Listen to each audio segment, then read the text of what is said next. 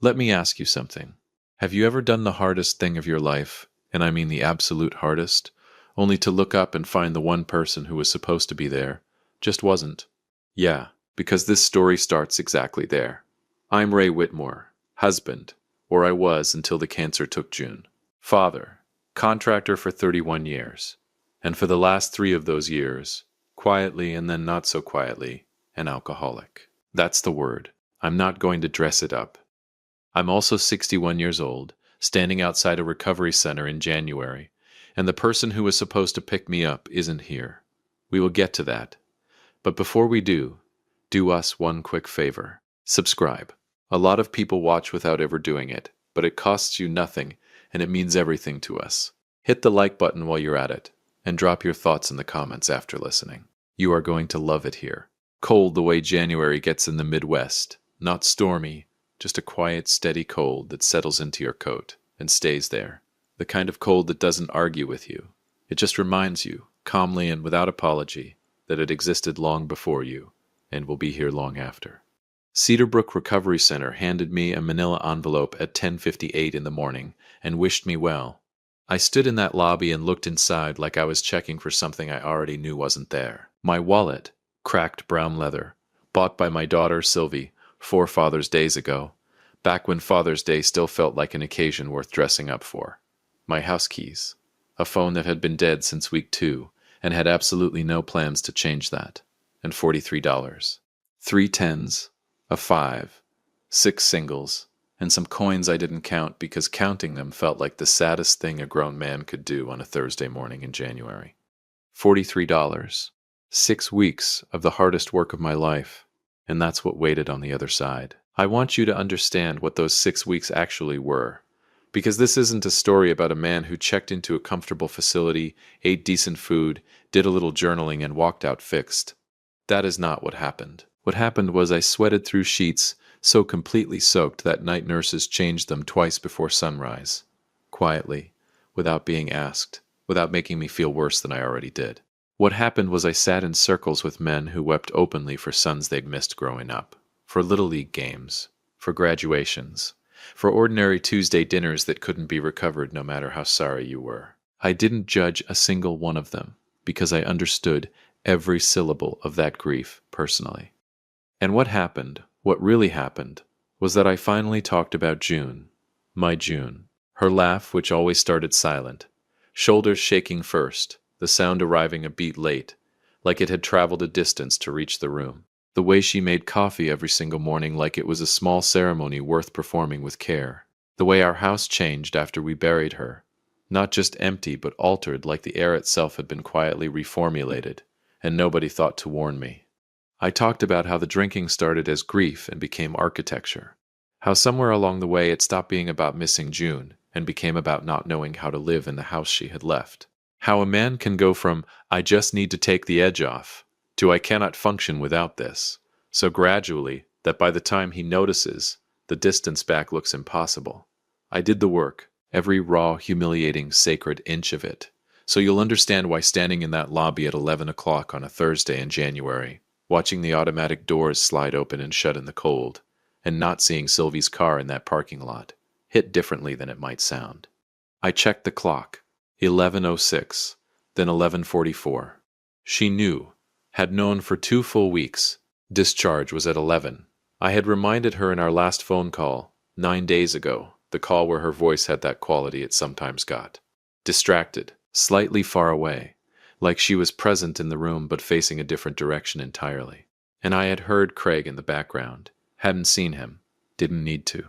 Just his voice, low, measured, controlled. The voice of a man who always knew exactly what he was doing, and more importantly, exactly what everyone around him was about to do next. I'll be there, Dad, I promise. Right. I watched a young man, couldn't have been older than 24, get picked up by his mother who was crying before she even cleared the door. She grabbed his face in both hands and just held it, like she was memorizing him, like she had been rehearsing that exact moment for 6 weeks and wasn't going to rush a single second of it. I watched a woman around my age walk out alone, same manila envelope under her arm, same expression I probably had, the one that's trying very hard not to be what it is. Our eyes met for exactly 1 second. We understood each other completely without saying a word. Then a cab pulled up for her, and she was gone. No cab for me. Dead phone. $43. January. At 11:51, I stood up, tucked the envelope under my arm, and walked outside. The cold hit me clean and immediate. 4 blocks east was the bus stop. I knew this because 3 weeks earlier, at 10 o'clock at night, on a shared computer in Cedar Brook's rec room, some quiet and unsentimental part of me had looked it up. I hadn't admitted to myself why at the time. Standing on that sidewalk, I admitted it now. I started walking. I made it exactly 12 steps. Ray Whitmore. Not a question. A statement. Delivered like the man behind me had been holding it ready. I turned around. He was around 40, broad-shouldered, charcoal wool coat that fit the way things fit when they're chosen deliberately and not just grabbed off a rack. Dark hair, cut close. The kind of steady eyes that suggested he had been in difficult rooms and had not been the one who blinked first. And I knew that face. The way you know a song before the words come back. The melody arriving first, the rest following slowly behind. Noah Cole. Except the Noah Cole I remembered had been 20, 2 years old with a split lip, a garbage bag for luggage, and the particular exhausted look of a young man who had used up every last option he had and was one bad night away from something permanent. He had slept on my couch for 6 weeks in the winter of 1997.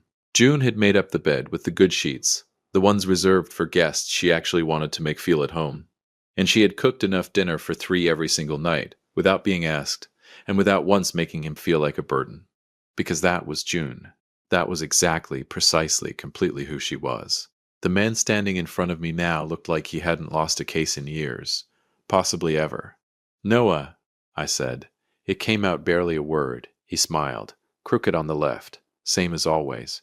"You look good, Ray. Better than I expected, if I'm being straight with you. How long have you been here?" "About 45 minutes. I stared at him. "It's January, Noah." "I brought coffee," he said, completely unbothered, reaching into his coat and producing a thermos. "Yours is black," I remembered. I took it, because what else do you do when a man you haven't seen in 27 years shows up in a January parking lot with your coffee order memorized?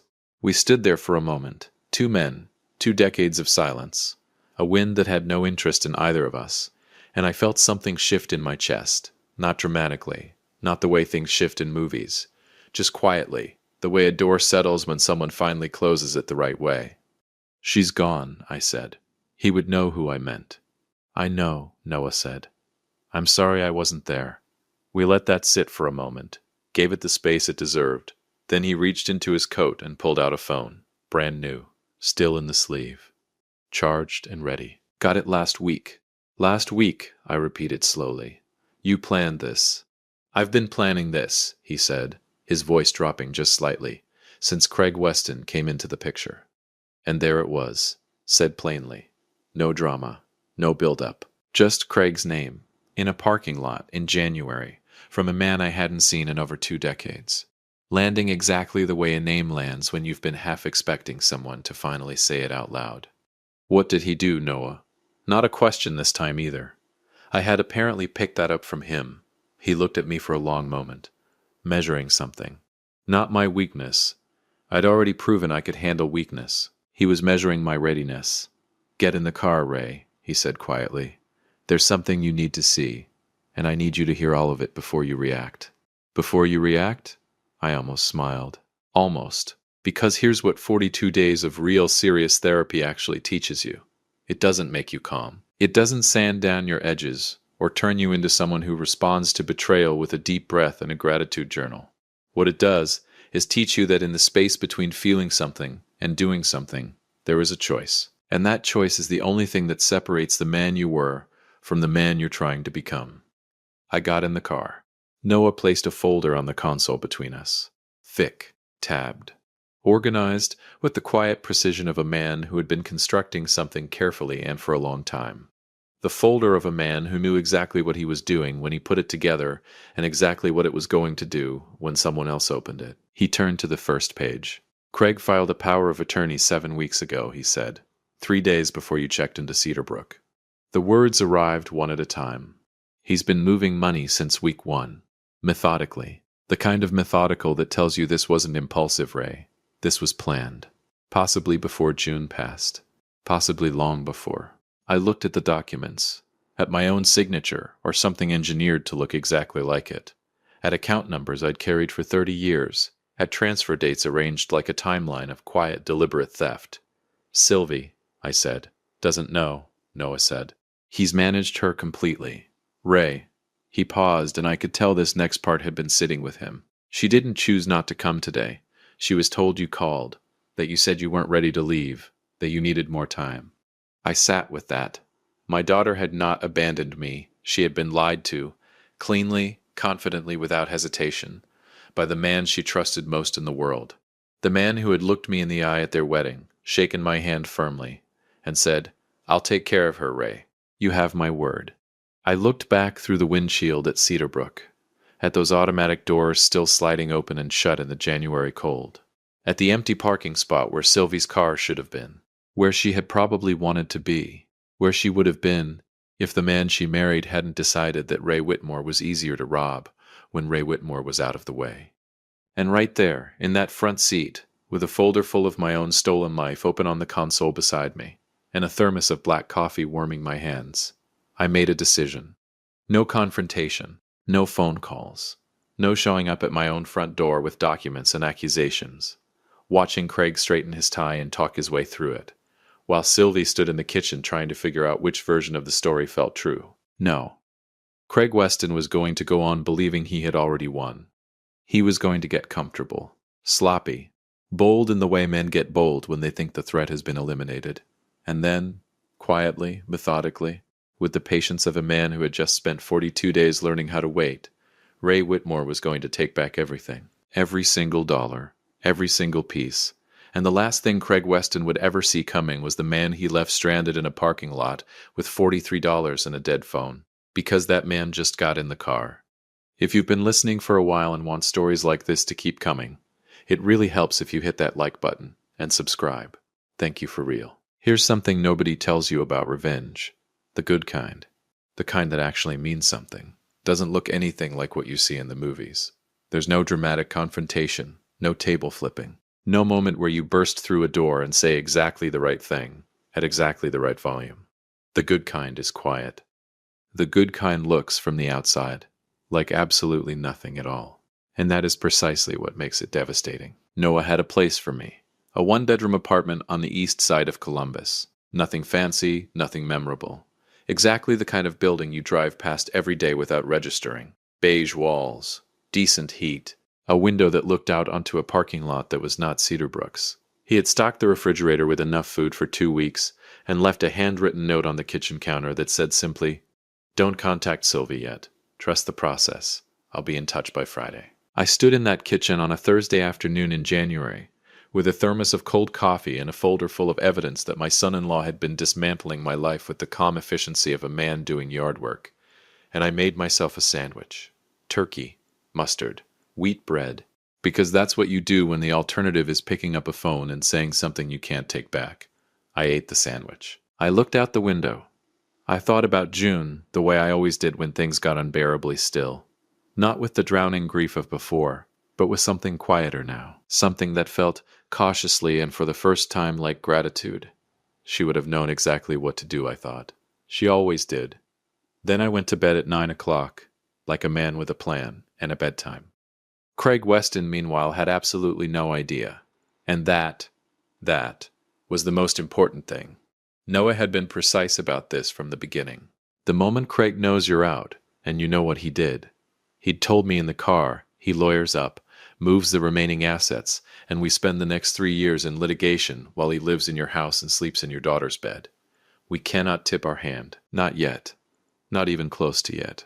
So as far as Craig knew, Ray Whitmore had walked out of Cedarbrook on a Thursday morning, found no ride waiting, and had quietly disappeared into whatever sad, diminished life awaited a broke, recently rehabbed 61-year-old, with no resources and no plan. Which, to be fair, was a completely reasonable thing for Craig to assume, because that's who Craig thought I was. That was his one fatal mistake, and I was going to let him live inside it for as long as it took. Noah called Friday morning at 8:15 sharp. "How'd you sleep?" Like a man who doesn't drink anymore, I said, which is either very well or not at all, depending on the night. He laughed, short and genuine. We need to talk about the financial picture. All of it. Can you come to my office Monday morning? Noah, I said, I have $43 and no car. Ray, he said, I have a driver. Of course he did. His office was downtown, 14th floor. The kind of office that doesn't need to announce itself because everything in it already has. The view, the furniture, the particular quality of silence that exists in rooms where serious things get decided. His name was on the door in clean silver letters, Noah Cole, attorney at law. I stood in the hallway and looked at it for a moment longer than necessary. In 1997, this man had owned one pair of jeans and a library card. June, I thought. You should see this. His assistant, a composed young woman named Diane, who had the energy of someone who had seen everything and was impressed by none of it, brought coffee without being asked, and set a fresh legal pad in front of me like she already knew I was going to need it. Noah sat across from me and opened a second folder, thicker than the first. All right, he said. Here's where we are. What followed was 45 minutes of information, delivered in the calm, methodical tone of a man who had learned long ago that the facts were damaging enough without any additional dramatics. Craig had forged the power of attorney using a notary who Noah had already discovered had lost his license in another county 2 years prior and was currently operating illegally. 3 of my accounts had been drained completely. A fourth, a savings account June and I had opened in 1989, the one we'd called the someday account because we were always going to do something meaningful with it someday, had been reduced to $11. $11. From 44,000. I looked at that number on the page for a long time without saying anything. There's more, Noah said, and his voice shifted just slightly, not softer exactly, but more deliberate. The way a doctor's voice shifts before the part of the diagnosis that requires your full attention. Craig has done this before. I looked up. His first marriage. Her name was Donna.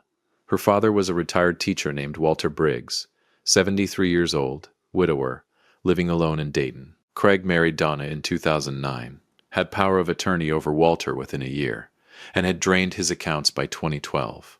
Walter never recovered financially. He passed away in 2019. The room was very quiet.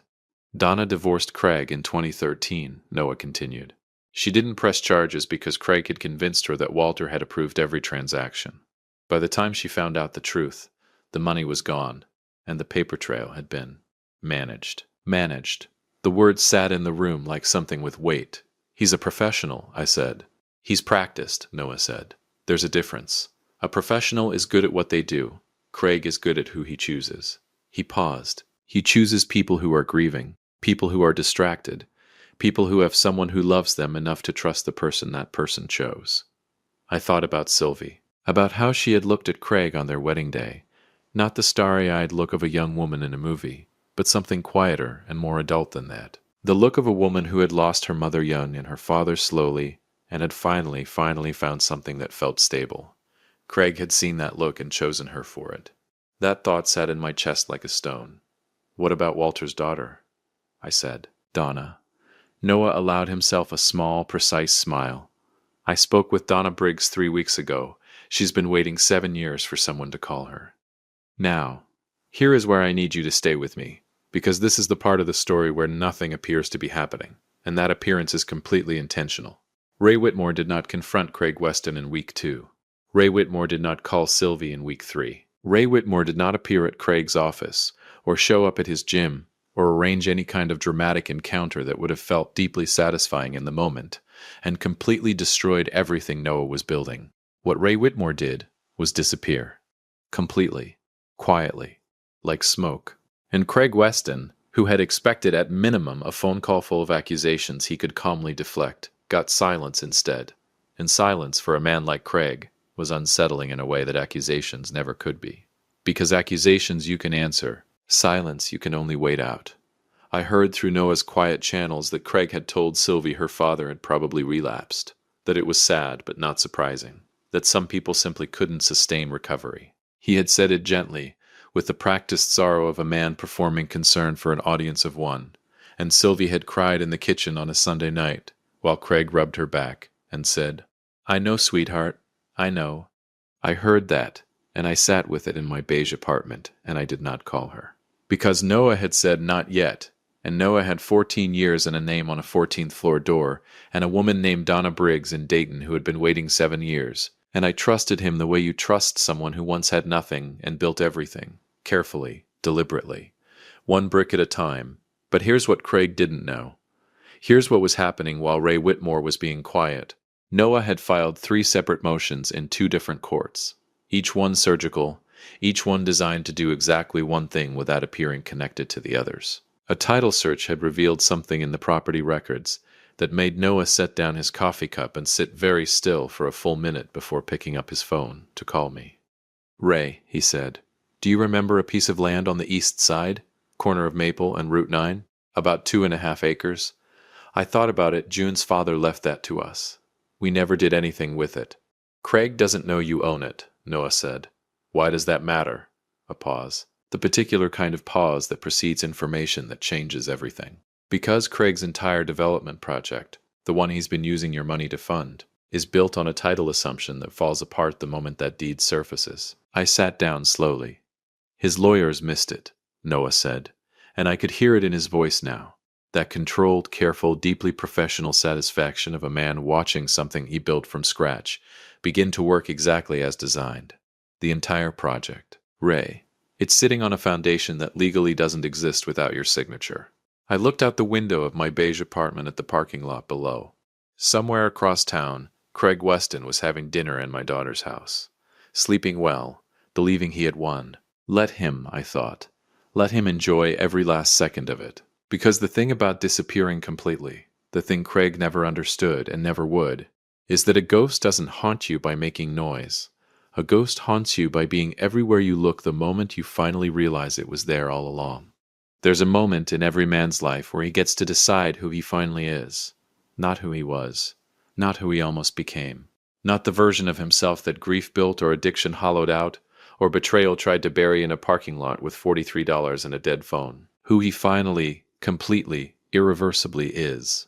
Mine came on a Wednesday night in March, and I was dressed for it. Noah had said, 2 weeks prior, sitting across from me in that 14th floor office with his sleeves rolled up, and 3 empty coffee cups between us, "The city council meets the 3rd Wednesday of every month. Craig attends every single one. He's been pushing his development permits through committee for 6 months. This month, this particular meeting, he's expecting final approval." He slid a document across the desk. "He's expecting it," Noah said, "because he has no idea that we filed a title objection with the county recorder's office 11 days ago, and he has no idea that the objection is valid, and he has no idea." Noah paused, and allowed himself the smallest smile I had ever seen on a man's face, the kind that costs something to suppress, that the man whose signature is required to resolve it is not only alive and well, but has been sitting quietly in a beige apartment on the east side for the last 6 weeks waiting for exactly this moment. "He'll be there," I said. "Front row," Noah said. "He always sits front row." I nodded slowly. "What do I do?" "Nothing," Noah said. "You sit in the back, you let him see you. That's all." 2 words that carried the weight of everything. I bought a new coat. Nothing extravagant. I was a 61-year-old contractor from Columbus. Not a man auditioning for a magazine. But it was good wool, charcoal gray, and it fit properly. And when I looked in the mirror of that beige apartment on the Wednesday evening in March, I saw something I had not seen in a very long time. I saw Ray Whitmore. Not the man who had been quietly disappearing for 3 years inside a bottle. Not the man who had stood in a parking lot in January with a dead phone and coins he couldn't bring himself to count. Not the ghost of the man June had married. Ray Whitmore. Whole. Clear-eyed. Present. "You look good," I told the mirror. The mirror, for once, agreed. I picked up my coffee, black, in a thermos, because some things become ritual, and ritual becomes identity. And I walked out the door. The city council meeting was held in the Riverside Community Center on Broad Street. Parking lot half full.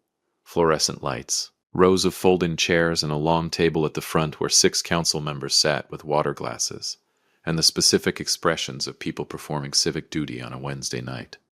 I arrived at 7:14. The meeting had started at 7. I pushed open the back door quietly and stepped inside. The room held maybe 60 people, local business owners, residents, A few men in suits toward the front who had the posture of people who needed something approved. And there, front row, center seat, in a charcoal blazer that probably cost more than my first truck, was Craig Weston. He was leaning slightly forward, elbows on knees, talking quietly to the man beside him with the easy confidence of someone who already knew how the evening was going to go. His hair was perfect. His shoes were perfect. Everything about Craig Weston was always, always perfect. I found a seat in the last row, corner. I set my thermos on my knee and I watched him. For 3 full minutes, I just watched. And then, the way you sometimes feel eyes on you in a room, the way you feel weather changing, Craig Weston went still. His head turned slowly, the way heads turn when the body knows something before the mind catches up.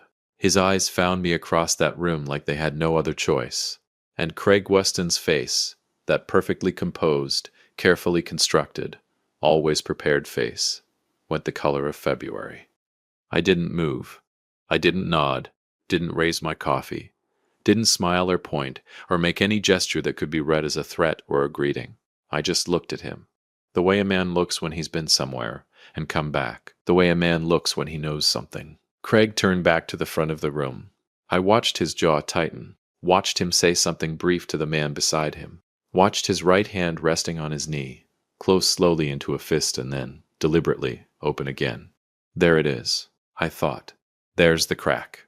The development permit came up at 7:41. The council chairwoman, a steady woman named Patricia Owens, who had clearly run 10,000 of these meetings, and had patience for exactly none of the drama, read the item number and asked if there were any outstanding objections before the committee moved to vote. Noah stood up from 3 rows behind Craig. Craig heard the movement, turned, and whatever color had returned to his face in the last 20 minutes left again immediately, and did not come back. Patricia, Noah said, calm as a man ordering breakfast. Noah Cole, counsel for Ray Whitmore. We filed a title objection with the county recorder 11 days ago regarding parcel 4471B, which comprises approximately 2.5 acres at the corner of Maple and Route 9.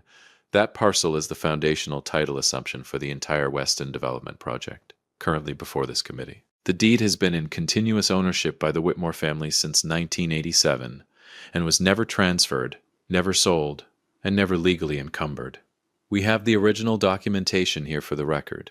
He set a bound document on the council table, with the quiet authority of a man placing the last piece of a puzzle he had been building for months. The room shifted, the way rooms shift when something real enters them. Patricia Owens looked at the document, looked at her colleagues, looked at Craig Weston, who was sitting in the front row, looking at nothing, his perfect face doing something it had probably never been asked to do before. Absolutely nothing, Mr. Weston, Patricia said. Were you aware of this title issue? The pause that followed lasted 4 seconds. I counted. I'll need to consult with my attorneys, Craig said. Of course, Patricia said. We'll table the item pending resolution. She moved on to the next agenda item with the efficiency of a woman who had seen men like Craig Weston before, and would see them again and was not particularly moved by any of it. Just like that. No explosion, no handcuffs, no dramatic speech, just a bound document on a table and a permit that would never be approved. Craig's entire project, the one built with my money, on a title assumption his lawyers had missed, funded by theft from a man he had left in a parking lot in January, tabled, suspended, legally paralyzed. I picked up my thermos and stood up quietly and walked out the back door before Craig could collect himself enough to follow. 3 weeks later, Craig Weston was served. Fraud, forgery, financial elder abuse. Noah had coordinated with Donna Briggs's attorney in Dayton, and the 2 cases together painted a picture that no jury would have difficulty reading. Craig's business partner, upon learning the full scope of what the title objection meant for their shared liability, had already retained separate counsel and was cooperating. Sylvie called me on a Tuesday morning. I answered on the second ring. She didn't say anything for a long moment. I could hear her breathing, could hear the particular quality of silence that meant she was holding something heavy and didn't yet know how to set it down. Dad, she finally said, and her voice broke on that single word in a way that told me everything, that she knew, that she was sorry, that she had been lied to and had only just understood the full shape of it. I know, baby, I said. I didn't. I know. He told me you called. He said, Sylvie, I said her name the way I used to when she was small and frightened and needed the fear interrupted. I know. It wasn't you. It was never you, she cried then. The real kind, not the polite kind. And I sat in my beige apartment and let her, because sometimes the most important thing a father can do is simply stay on the line. We talked for an hour and 40 minutes. It was the best conversation I'd had in 4 years. The recovered assets funded something June had always wanted, a small community recovery space. Not a clinical facility, nothing institutional. Just a warm room with good coffee and folding chairs and people willing to sit in a circle and tell the truth about their lives. We called it the June Whitmore Center. Noah sat on the board. Donna Briggs drove up from Dayton for the opening and shook my hand and held it for a moment longer than a handshake requires, the way people do when a handshake is standing in for something that doesn't have a name. And in the small park beside the center, a piece of land at the corner of Maple and Route 9 that I donated to the city on one condition. There is a bench. Simple wood, simple iron. A small plaque on the back that reads, "For June Whitmore, who made up the good sheets, who always made enough for 3, who saw something in people before they could see it in themselves." I sit on that bench every morning, black coffee. Thermos, the particular quiet of early morning before the world gets loud.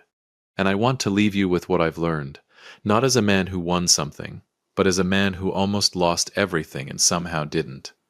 Grief is not an excuse, but it is a reason, and reasons deserve to be understood before they're judged. The people who betray you are counting on you to stay broken. The most powerful thing you can do is heal anyway. Sobriety saved me from myself, and that left me standing, clear-eyed and present, when everything else arrived. And the stranger who showed up in that parking lot, he wasn't a miracle. He was the return on an investment made in 1997 by a woman with good sheets and a generous heart. Proof that every decent thing you do for another human being goes somewhere, even when you can't see where. Especially when you can't see where. Craig Weston sits in a courtroom now. Every now and then, Sylvie comes and sits beside me, brings her own coffee, doesn't say much, just sits, and we watch the light come up over the park together. Her mother would have loved this bench so much, for everyone who ever did the hardest thing and looked up to find nobody there. Keep going. If you enjoyed this story, join our community by hitting that like button and subscribing for more real, raw, and family-centered stories. And share this with someone who needs to hear it. And as always, thank you for being a part of this community. I will see you on the next one.